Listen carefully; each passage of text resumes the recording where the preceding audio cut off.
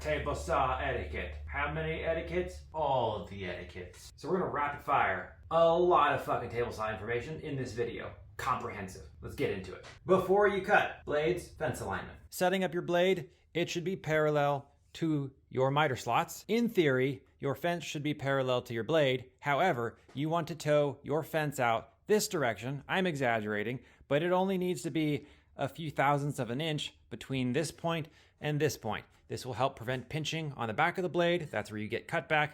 It will lead to more burning and additional risk of kickback here on your outfeed. However, because it is separating from the piece, and when you are pushing forward, not into the blade, you will minimize your risk here as well as here. There are a handful of blades: rip cut, combination, cross cut blade. This is a dado stack. This one's for going with the grain. This one's for going across the grain. And this is the middle ground. This is for creating wide cuts by stacking several blades together.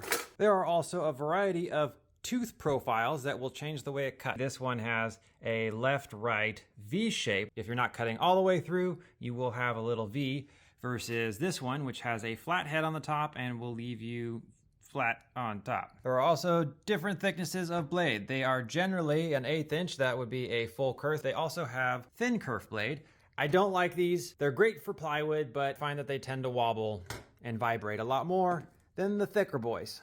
Setting up the height of your blade, I like to have my gullets completely exposed on the top of my board. This helps evacuate chips and keeps your blade running cooler, faster, longer. It's also generally a good idea to wax your table surface so that your piece wants to slide nice and easily along your surface. That will provide less resistance while you're working, making life easier. Hand placement when making cuts. You have two hands, your right and your left. Your pushing hand and your stabilizing hand. Your stabilizing hand does not move. I want to make this cut.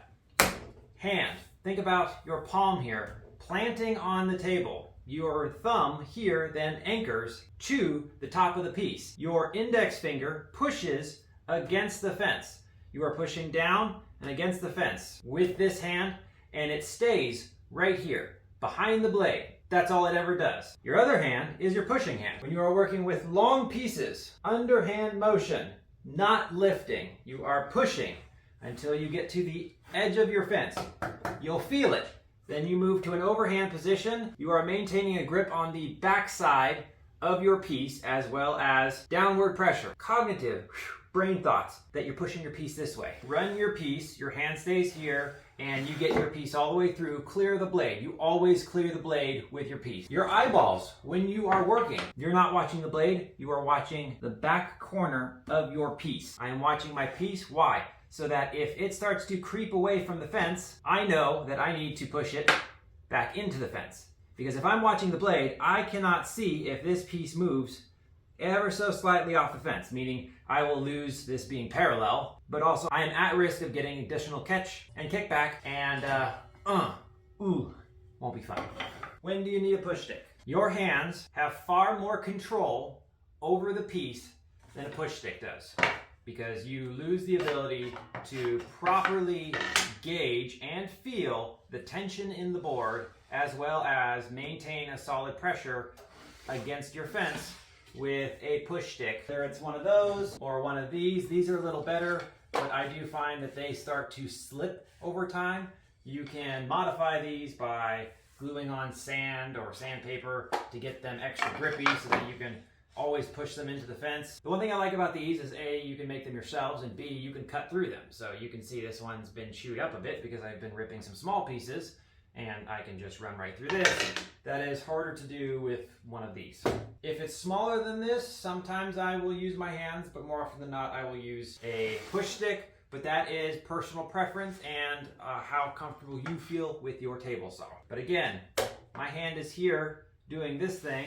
My hand is over here, maintaining pressure, maintaining eye contact in the back, cross-cutting a piece. You never want to use your fence as a reference stop when you are cutting off a piece, because what's going to happen is your little piece is going to get stuck here and it could grab it and kick it, throw it back. However, if you are not cutting all the way through your piece, meaning that there will still be stuff on top, you may absolutely use your fence as a reference. The piece will still be attached, so you can use your fence. If you want to make a crosscut, use a stop block on the back side of your fence where you have enough clearance so that when you engage the blade, you are no longer touching your stop block. Depends on the size of the piece. That way, when you make your cut and you have a piece left over, it will not be pinched against your fence. When do you need to use your miter gauge for a crosscut or use a crosscut sled? Generally, if your piece is longer than it is wide and narrower than the width of your blade. Generally, when you're making a ripping cut, your piece should be longer than the contact it's going to make with your blade, front to back. That way, when you make your cut, it's not sitting in between your blade.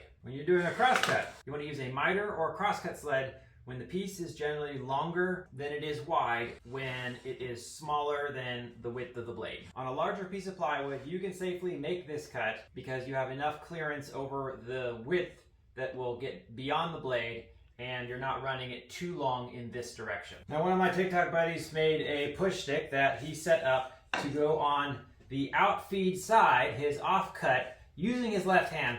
There is a time and place for that, very narrow. There is a time and place for that, almost never. I do not think this is a good idea, and here's why. When you are making your cut, your goal, you always run your piece all the way through. Push it through. If you are running whether one stick or two, you are applying a different type of force onto your outfeed piece. When you are running, you are applying pressure, and you are using this hand to clear the piece. If it's a large piece of plywood, you have to push with both hands, but generally, you will leave your hand here and push the piece through. You'll end up with your main cut and your off cut.